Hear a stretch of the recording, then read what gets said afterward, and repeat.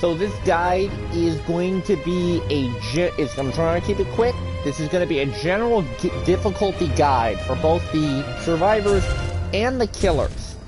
As to how difficult a character is to learn, we're going to be factoring in three main factors. One is the character's passive. So every character has a passive tree. On the left-hand side of your collection screen, you have your power and your base passive that's unlocked by default. This is for killers and survivors. At level 10 on Survivor, you get a second passive, and same thing when you hit the cap at level 25. And on the demon side of things, it is the exact same thing where you have a power that's active, but they don't get another passive.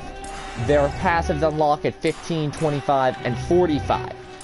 So what we're going to talk about on the demon side of things, we're going to talk about two main factors.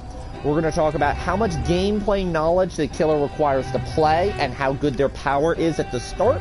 And then we're going to talk about the build, how much building they need to do, whether it's through their passives or whether it's through the skill tree in order to rank the demons.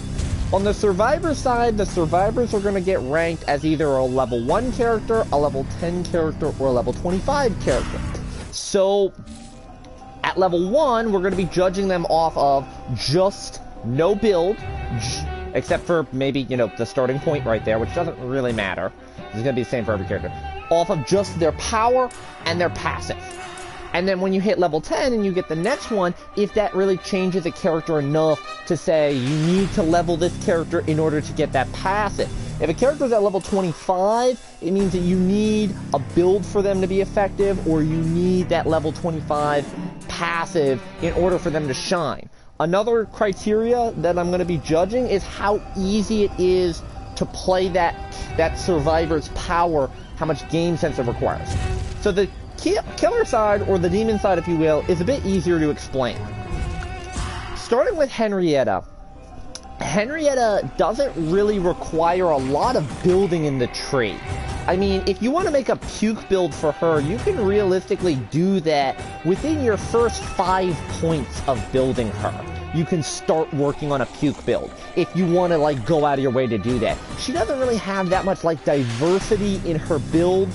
Most of it is just general stat changes. They don't really focus her into any one thing. You can build her however you want. The reason though why I'm gonna put her as a high skill killer. Not necessarily a high skill killer, but she has a lot of catching up to do. So her bad influence ability is activated while you are in your demon form or your spirit form, but it works when you possess a unit. And it just makes the nearby enemies stronger. And then you get bonuses that stack each time you level up. So it makes it so that, your units attack faster, they have more health, they have more damage, and these effects stack. So your first one is 35% damage, and then you go up to 45, and then 55% damage. Your maximum health is 35%, and then it goes to 45 and 55. Your attack frequency is 20%, and it goes up to 30% and 40%. Here's the thing, though. A really bad influence 3, units can't suffer balance bar damage. This makes it so that the range of your ability is bigger around you. And the units that are around you get 55% bonus damage, 55% bonus maximum health, 40% bonus attack frequency, and they can't be finishers. No finishers, no balance bar damage, which is good for denying certain types of builds. She's not a killer that requires a large amount of game sense to play. Once you know how to play the game, you can kind of play her. She's a good starting killer for that reason.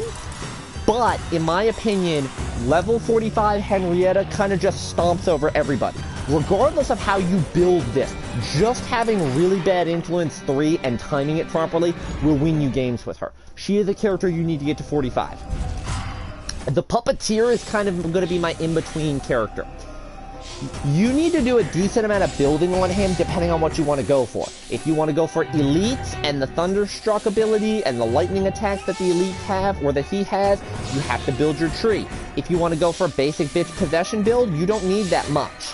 And his puppeteering powers around the Puppet Master ability, which is really, really strong on him because of how fast his minions can attack. he doesn't require that much skill and game sense in order to play. He doesn't require that much leveling. Why am I putting him in the mid-tier, though? You have to get used to the mechanics of how this killer works. This killer does not work similar to Henrietta or Evil Ash. He's a bit squishier. His minions have different abilities that make them very unique. When you fight an Elagos, all 3 of his minions you play differently. Like on a basic Berserker unit, you want to go melee and finisher. Or you just want to kill them at range so that they don't blow up on you. They hit very quickly, they get a double tap attack, they have a roar, though, that happens after a longer combo, which can really hurt you if you're actively possessing them. So these guys are really quick, they don't do a lot of damage, but then they blow up and they do some damage. The Demi-Elagos you have to play around because he can split into multiples, his heavy attack does a decent amount of damage, his thunder ability can do a lot of damage, especially if you build it, but he's very resistant to firearms. He has like 60% firearms resistance to him. So you have to get in close and melee him. So whereas a regular unit you kind of want to stay away from and just hit headshots at range, or just hit damage at range, him you have to get close. And then Elagos himself is just annoying. He's the squishiest of the bosses in terms of health. But he makes up for that because he's invisible when he's moving. So it can be difficult to track him sometimes. Like, I'm an experienced Survivor player, and I still have difficulty tracking him unless he's in an attack animation. That being said, he also doesn't do that much damage on his attacks, except for his, like, cooldown attacks. So he requires some game sense to know how to use when and where. And the number 1 killer in terms of, like, you can just pick up and play out of the box is going to be Evil Ash, the Necromancer. He can just swarm you with minions if you level him in-game. You can be a level 1 Necromancer, not put any points into your tree, really, and just be good. The Flutist is that bullshit and broken. Now, yes, the Flutist does level up at level 25, so you could say, oh, well, maybe he should be the mid-tier one, and the Puppeteer could be the character you play right out of the box. I disagree with that. It's a nice bonus, it definitely makes you really strong, but it's overkill at that point. You don't need it at that point. So, you know, going up to a 90% damage increase and a 50% damage reduction from 70% and 30%, at that point it's already overkill. That covers the demon side. Let's cover the survivor side.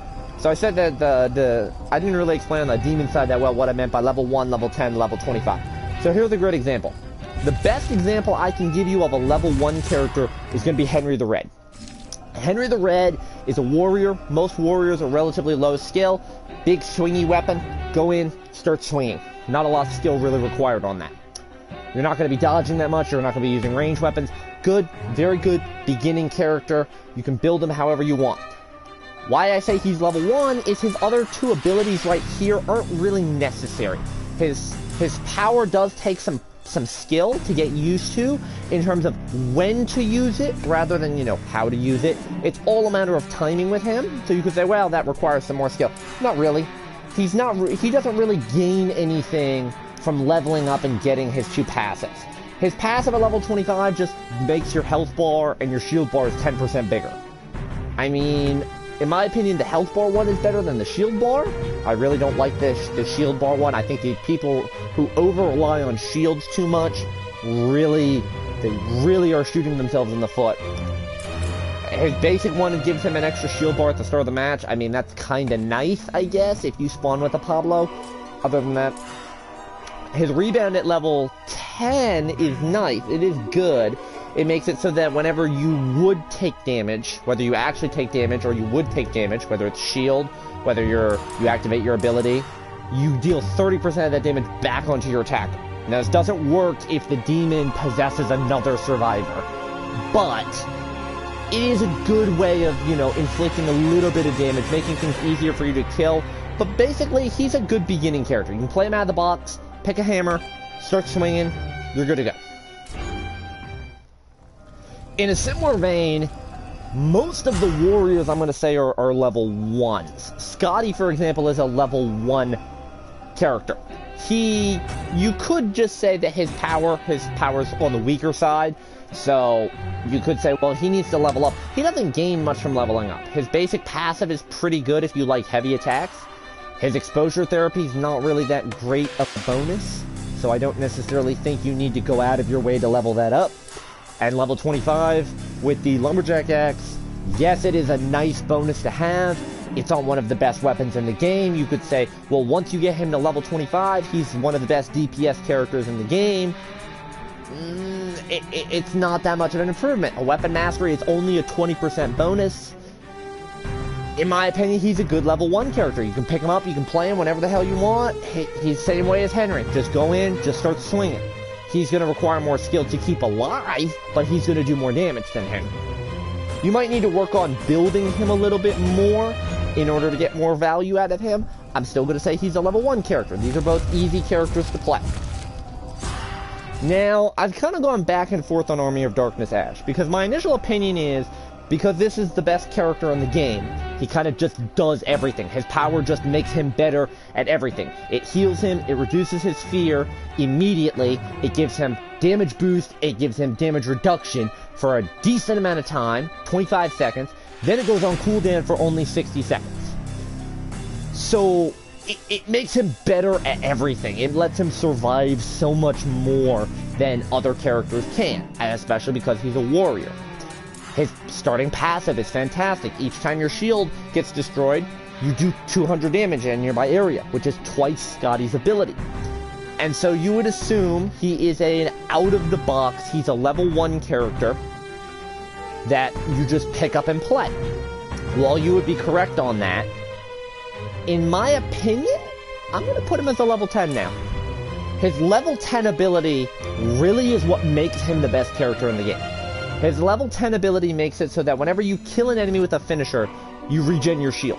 So then if an enemy hits you, shield blast goes up, you blow up, you can then perform a finisher on that enemy, get your shield back, another enemy hits you, and you can kind of just create this chain reaction of finisher kill, nearby enemy hits you, finisher kill, nearby enemy hits you, finisher kill, nearby enemy hits you, and go back and forth and just work through enemies. The reason why I think he's a level 10 character, in my opinion, this ability is not good unless you have amulets to spare, or you're playing with a support who has amulets to spare. Because this ability loses a lot of value if you can't constantly get your shield back. Because if you think about it, if you max out your shields at the start of a game, use all the amulets you get, so you got 4 shields at the start, right? What happens when you run out of those 4 shields?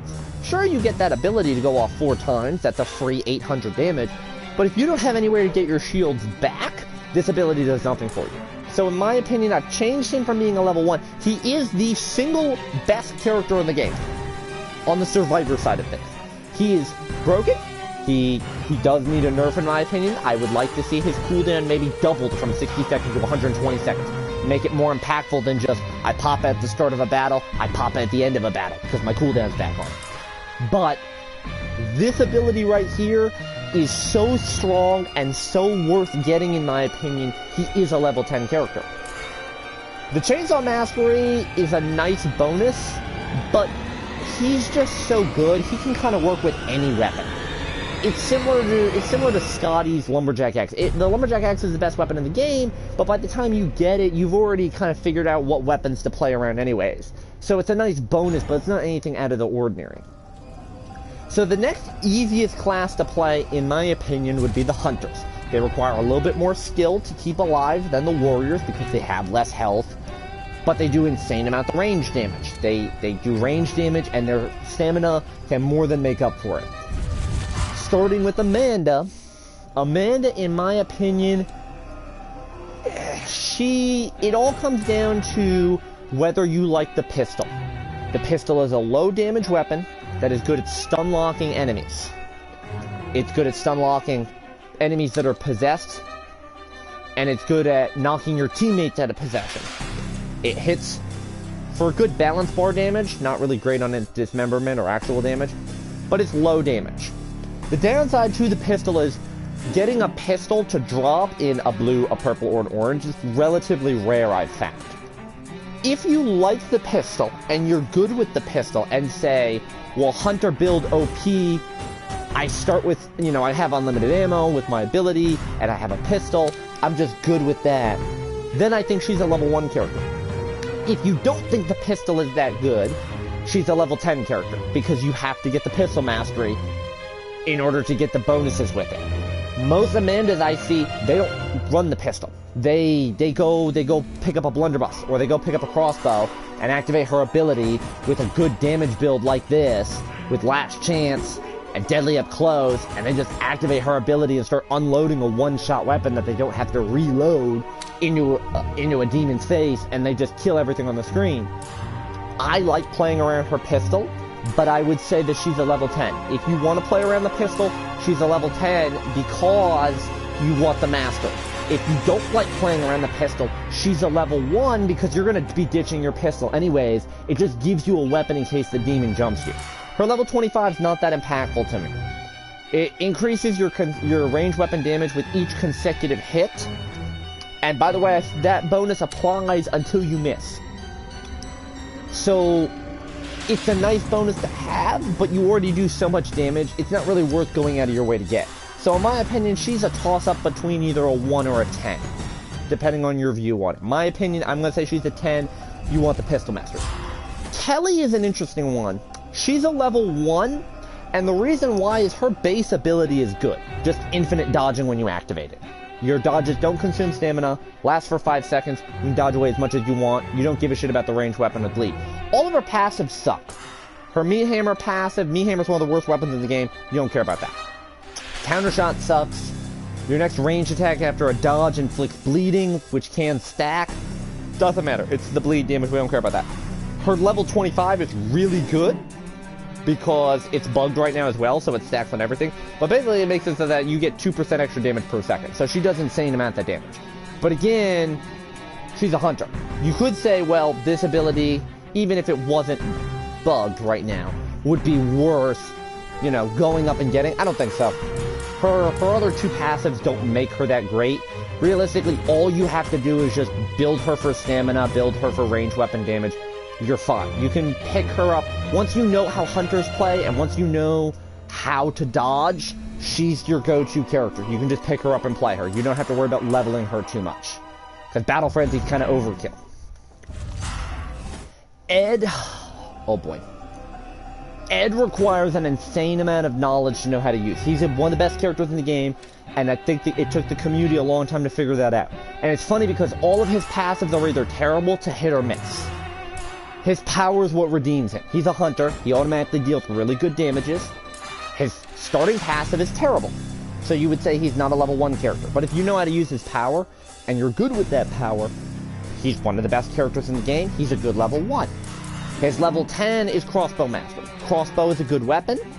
If you don't like the crossbow, then this is worthless. If you do like the crossbow, then you get a lot of value out of this.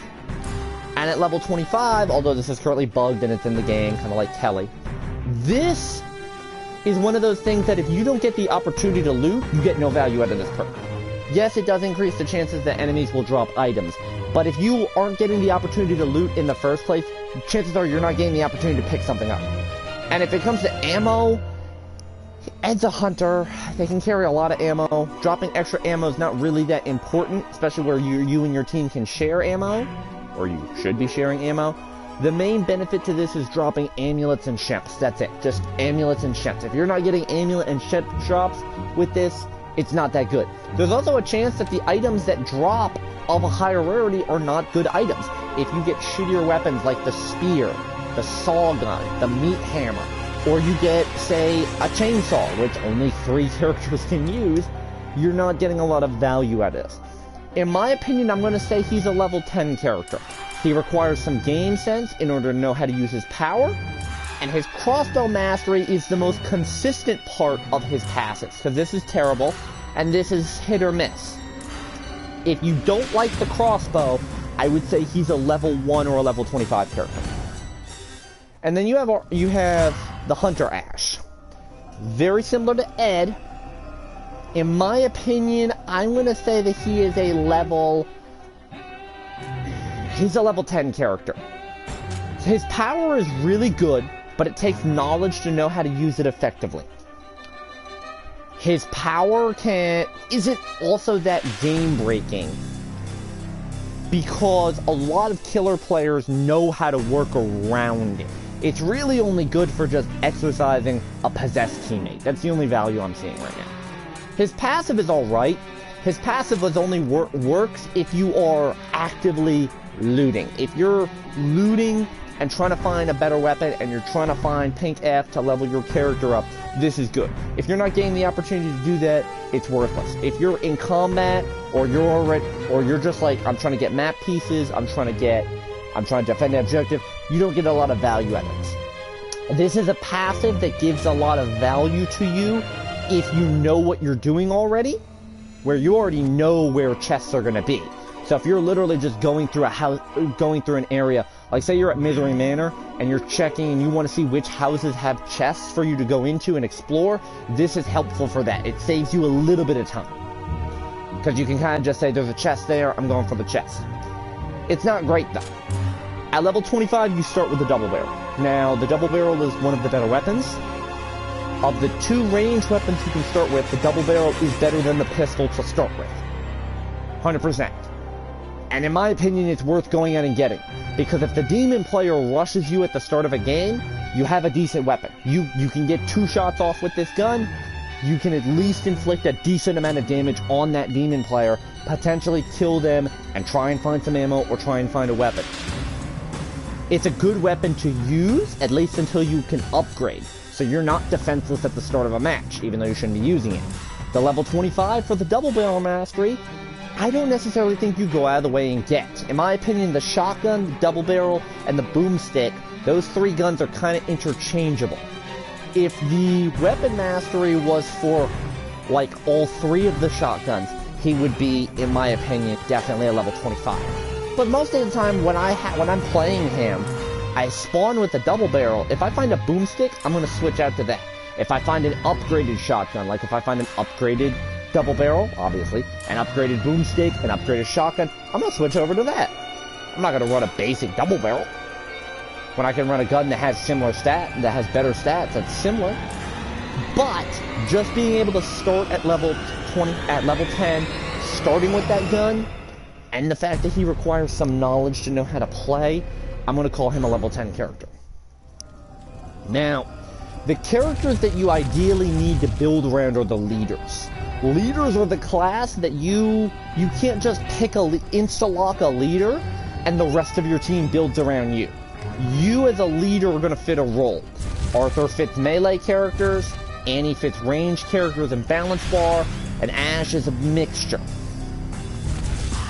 Arthur, in my opinion, is going to be a level 10 character. This is becoming a trend, but there's an easier reason. So his starting passive makes him start with a sword, and all teammates in your aura get bonus heavy melee. Not a lot of characters are going to use heavy melee, unless you're specifically going for a balance bar build, if you're playing with a support Ash or a Scotty. That's pretty much when you're going to use your heavy melee. At level 10, you get the light melee, and at that point, it just makes it a flat increase to all melee damage. And that, to me, is where you really have to balance him. His power's nice. His aura, in my opinion, is better than his power. He has a hidden sword mastery that's not listed, so the fact that you spawn with the sword, you would say that's all he needs. In my opinion, you really need that light attack mastery. Level 25 isn't as worth it compared to Ash when we talk about him, because when you perform a finisher, when you start the animation for the finisher, it extends the timer of your ability by 3 seconds. But a normal finisher is going to take 2 to 3 seconds anyways. So that's more beneficial to the rest of your team rather than you if you pop it yourself. Which you kind of shouldn't be doing that anyways, but sometimes it is necessary if you need more melee damage just to beat over tankier units, like if you're overwhelmed, that's nice. But your finisher lasting an extra few seconds is not going to help you that much if you're in the animation of the finisher. So in my opinion, getting him to level 10 is kind of critical. He's also at a bit of a disadvantage because his entire kit is around melee. So if you're playing him in a warrior-focused lineup where you have, say, 2 warriors and a support, he gets less value because he becomes the ranged character of the team. Because he's going to do the most range damage. Similarly, you have Annie. Now, Annie is a level 10 character, sensing a trend. Her power grants her and nearby teammates double range weapon damage when it's activated. That's great. If you're playing with warriors, that's terrible. If you're by yourself and you don't have a good range weapon, it's terrible. It's really only good if you have a range weapon that's good and you're playing with a hunter nearby. If neither of those conditions are met, you're not going to do this. I very rarely find myself using this ability in games with her. Her passive, bonus range weapon damage. Exact same situation as before, only the numbers are even worse. Why I say she's a level 10? At level 10 you get balance bar damage to basic units. All attacks to all basic units. 25% more balance bar damage. That is significant. This lets you get finishers more often. Now, the reason why I say she's a level 10 character is because once you hit level 10 with her, at that point, you can now play her with other melee characters. Because you can pair up with someone like Henry the Red and just go in swinging together, going for finishers and chaining finishers together to keep yourselves alive longer. Without this ability, you're kind of just stuck sitting next to a support to buff their range damage from minus 20 range weapons to minus 10 range weapons with her passive, or you're doing it with a hunter so that they get even more damage out. But she kind of requires somebody to pair with her. Another thing is, your level 25 is nice, but it's nice for one reason. So it grants 25% balance bar damage to elites. Now elites have bigger balance bars by default than basic units. So it's helpful, but it's not that helpful. The big thing is the 25 is the double damage to balance bar damage on boss units. The thing is, boss units recover incredibly quickly from balance bar damage. You don't need to level her up to be effective. Whereas at level 10, you need her at level 10. Now, if you noticed, every character here that I've mentioned is either a level 1 or a level 10. My one level 25 character is El Jefe, the leader Ash. The reason for this is his overall kit isn't that valuable, and the best part of his kit isn't unlocked until level 25. Now, his starting ability is not great. It's balance bar damage on a 30-second cooldown in an area around you. It's not a lot of balance bar damage either, though. So if the demon player has built up the balance bar health on his units, oftentimes this ability is not going to give you much. It also doesn't inflict damage. It's only balance bar. So it doesn't give you value outside of balance bar damage, go for a finisher. His aura is not great.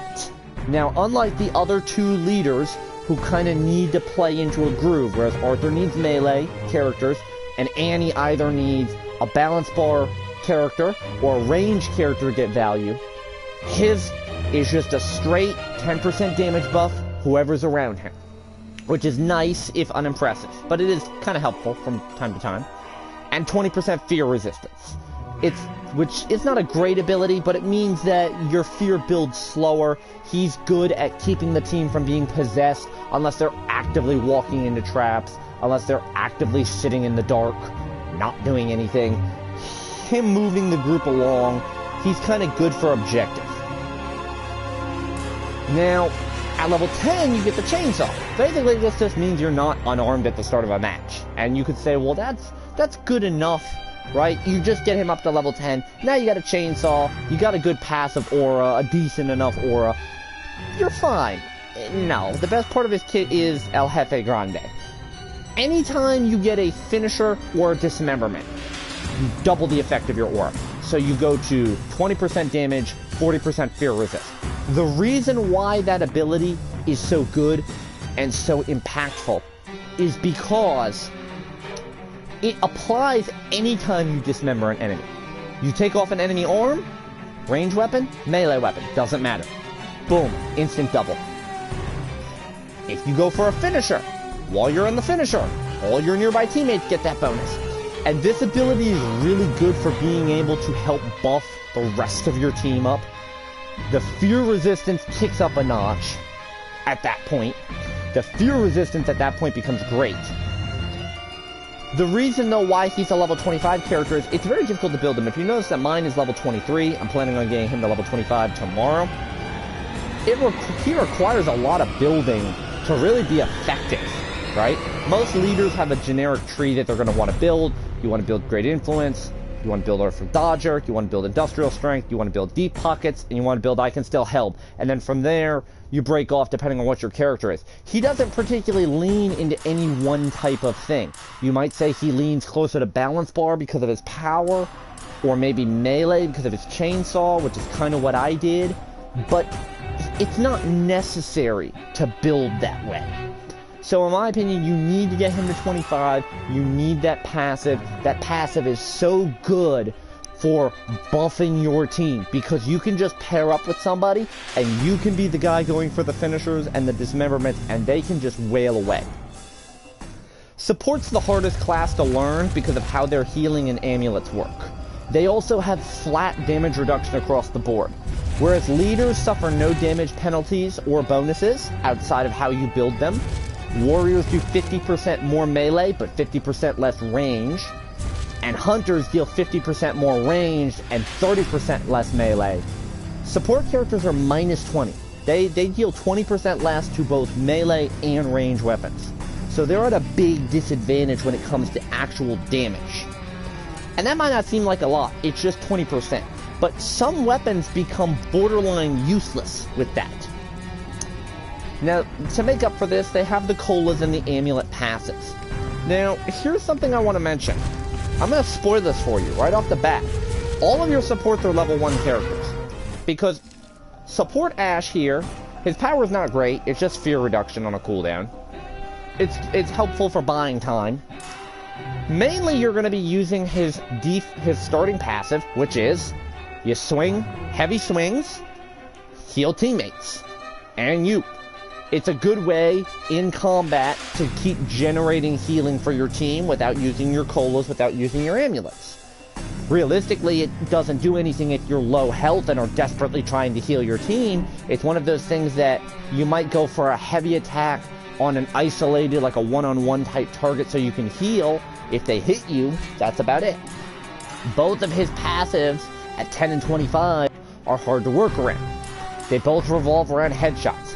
You have to hit a headshot, and a teammate has to then shoot them, and you'll either get the teammate will either deal big bonus damage, or they will get health back off the damage they deal. Two problems. One, it's not indicated on screen what target you hit a headshot on. If there was an indicator above that demon's head saying, you know, that's the marked target, so teammates could aim and shoot, I would say that would be better. Another thing that makes this build kind of risky is if you can't hit headshots, or if you're not using ranged weapons, if you have a better melee weapon, for example, or if an enemy hits them with a melee attack, if an ally hits them with a melee attack, it removes that marker. So at that point, you've lost your bonus.